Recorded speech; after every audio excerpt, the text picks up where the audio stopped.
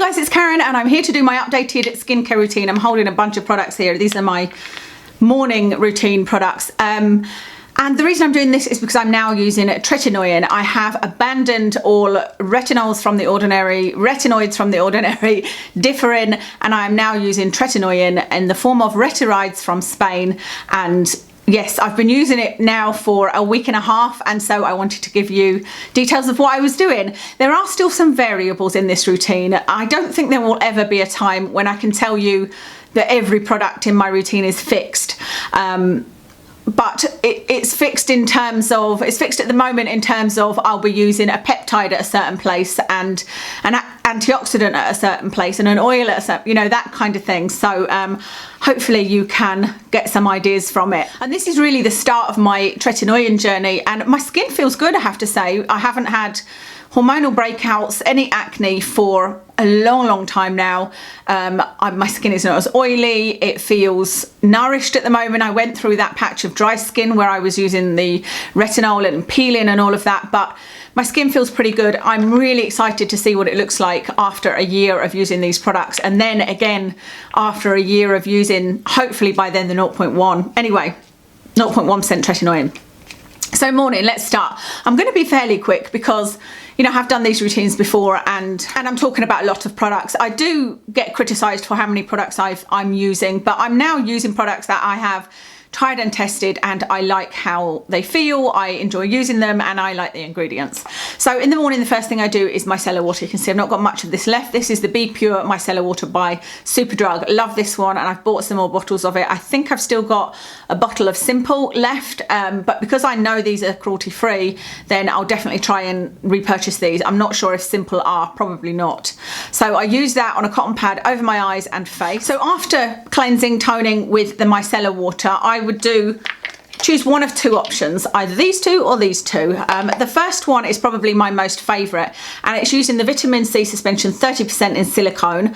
I would use that all over my face and neck, and I just love that it makes me feel very matte, but not, it doesn't make my skin feel tight or anything like that. It just feels wonderful, and I feel like it's working on my pores, and it works.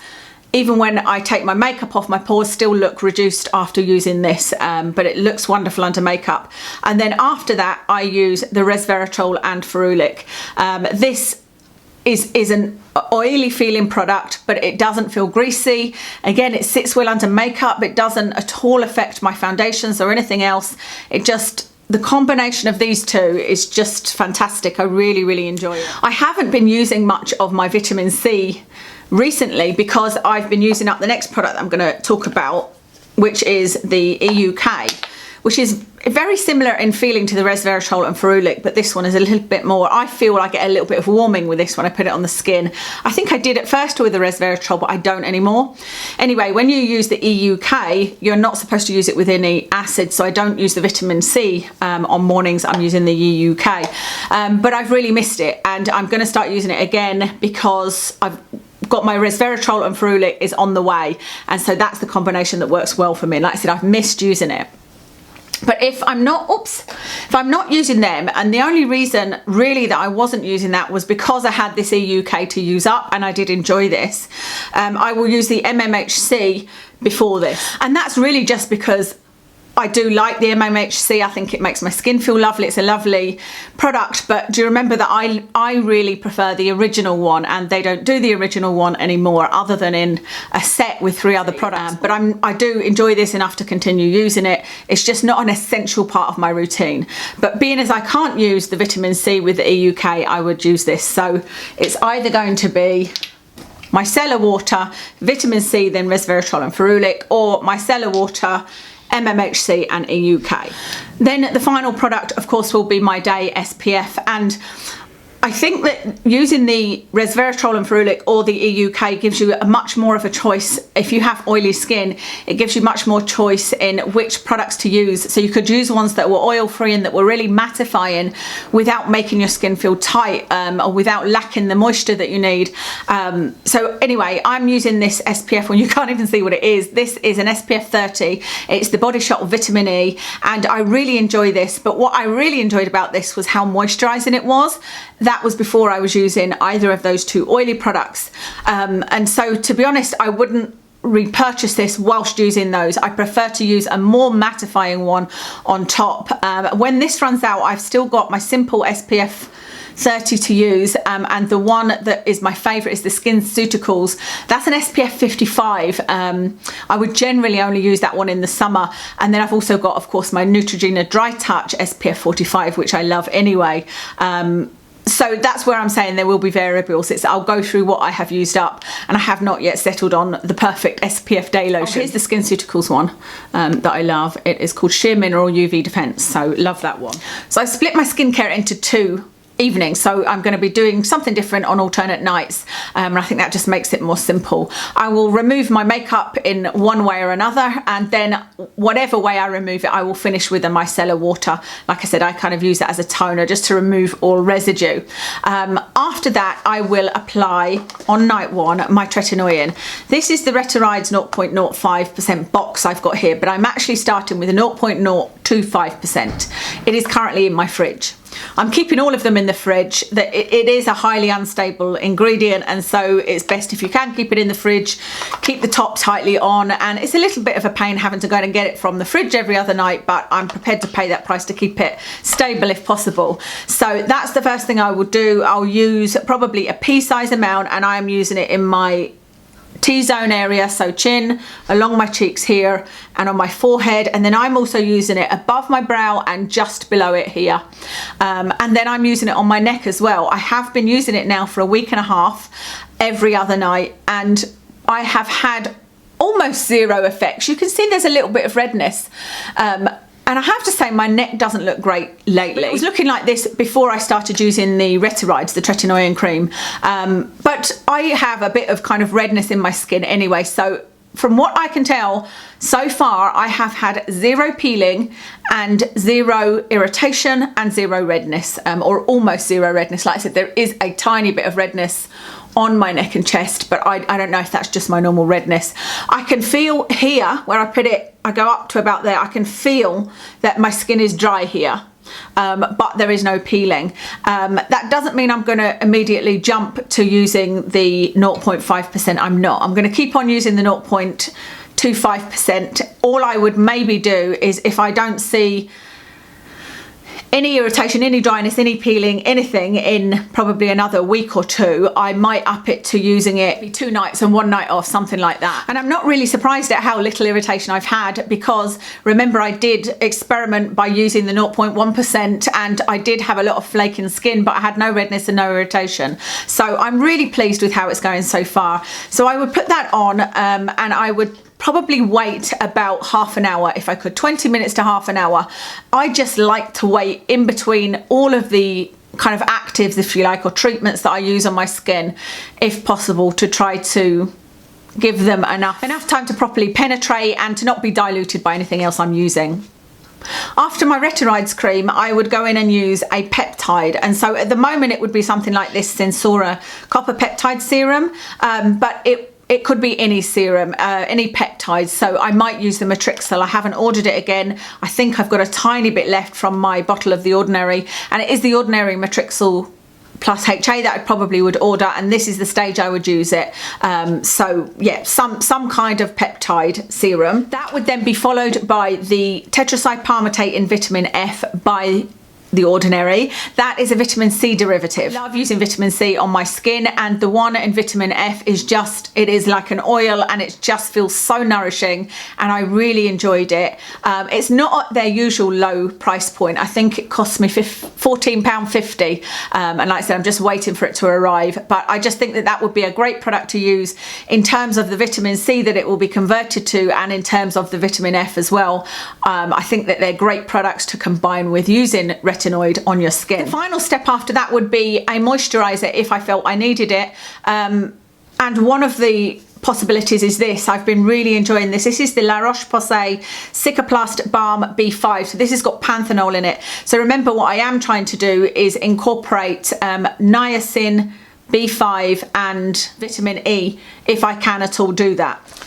And this is one that has the panthenol in it and is a really nice, rich, thick, cream that really helped when my skin was red and irritated, so I think it's a great product to use. So it'll be something like that, or maybe the hydration vaccine from NIOD. I have run out of mine, but I haven't ordered a new one, but that's something else that would be great to put on as a kind of final step. So that's night one. A quick recap: take off my makeup, cleanse my face or tone my face with micellar water, then put on my tretinoin and wait 20 minutes to half an hour if I can, then put on some kind of peptide. I wouldn't tend to wait as long after putting on the peptide because it tends to make my skin feel quite tight and dry fairly quickly, so I feel like it has sunk in already, you know, normally after 5 minutes maximum.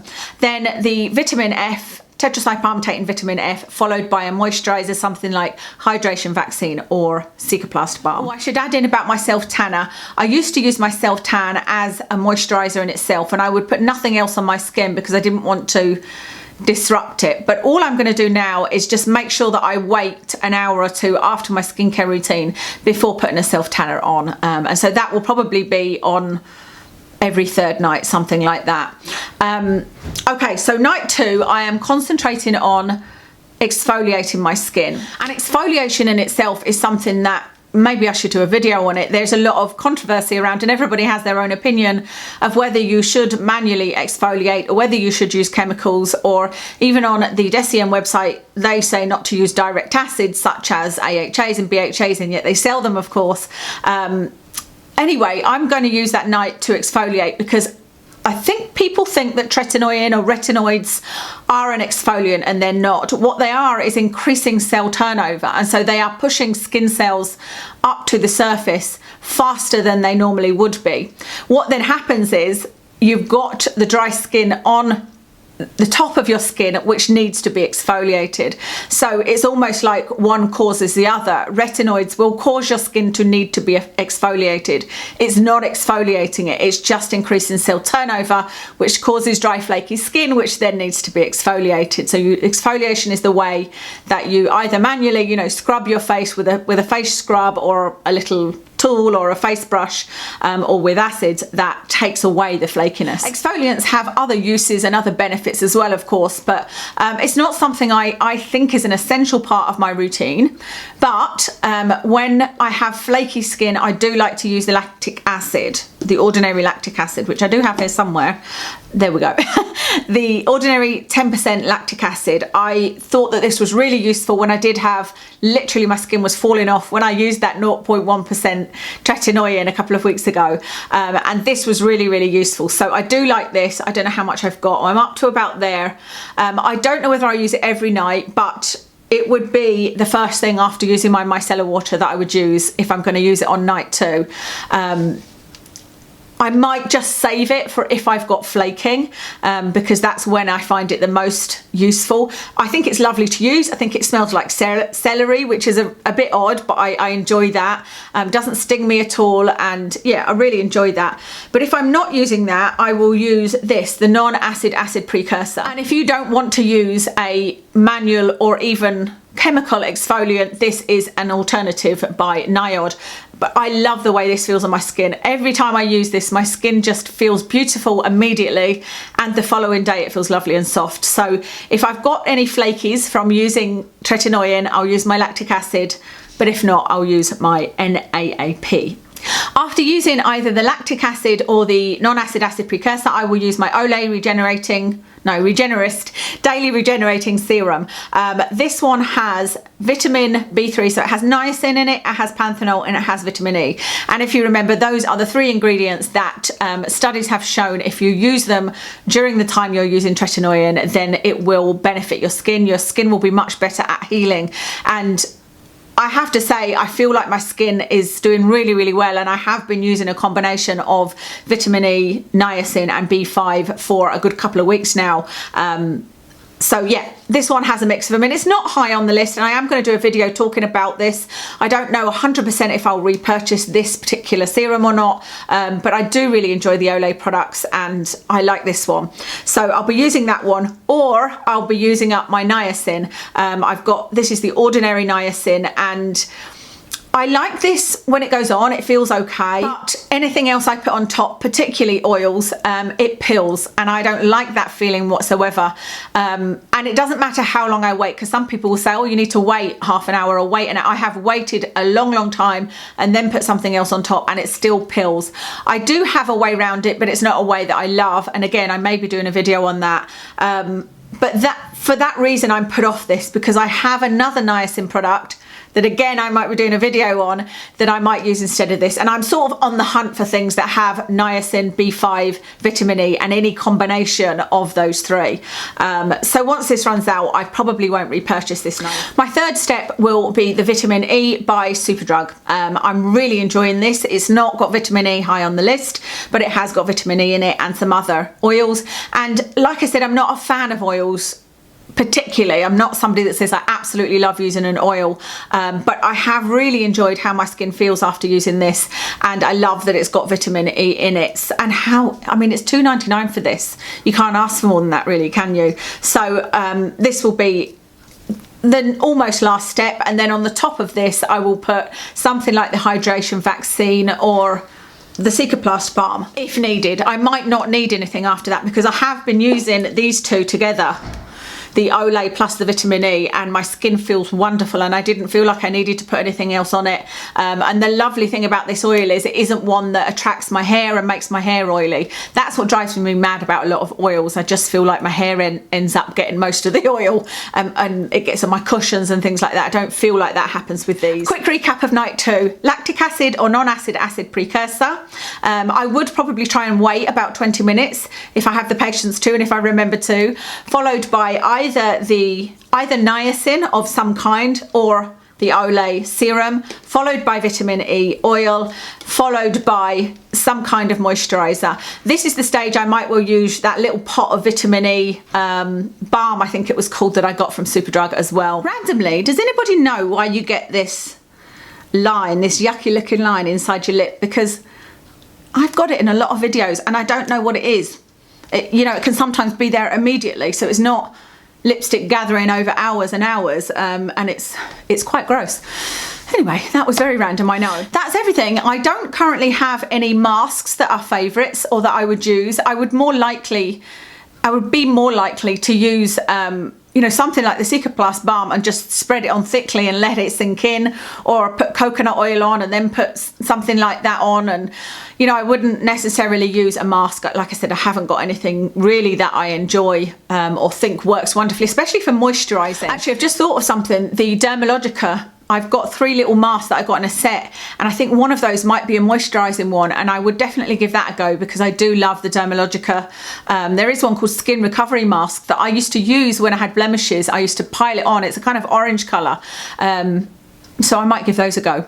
Anyway, that is everything for my whole skincare routine that is currently happening. The Tretinoin journey will be a long one. I don't know when I will move up to the 0.05%. I haven't decided really at what point, you know, what will be my marker to say that it's time to move on. I suspect I will just use the tube up that I've got, and that should give me some understanding of how my skin will react, because if you think about it, I could, if I'm using 0.025 every night, I could use 0.05% every other night, or 0.1% once a week, although they'd be more peeling. So I think I will just use up that tube and then move on to the 0.05%, and then the same with that, and then move on to the 0.1%. I have taken photos of my face with makeup, without makeup, my neck, my eyes, everything close up, and it will be really interesting to see. I will maybe schedule something for 6 months just to see if we can see any difference at all with those products that I'm using. And like I said, it doesn't mean that I won't be looking at other skincare, because I'm still looking for an SPF day lotion. If there was a night cream that came out by, I don't know, DCM for example, that had vitamin E in it and vitamin B5, or it had niacin in it, something like that, it's definitely something I would consider. I am considering getting the Paula's Choice niacinamide, because a lot of you have commented that that really works well for you. That's everything. If you have any questions at all, leave them in the comments for me. I will list everything I am wearing, makeup, clothes, etc. in the description, and I will speak to you again soon.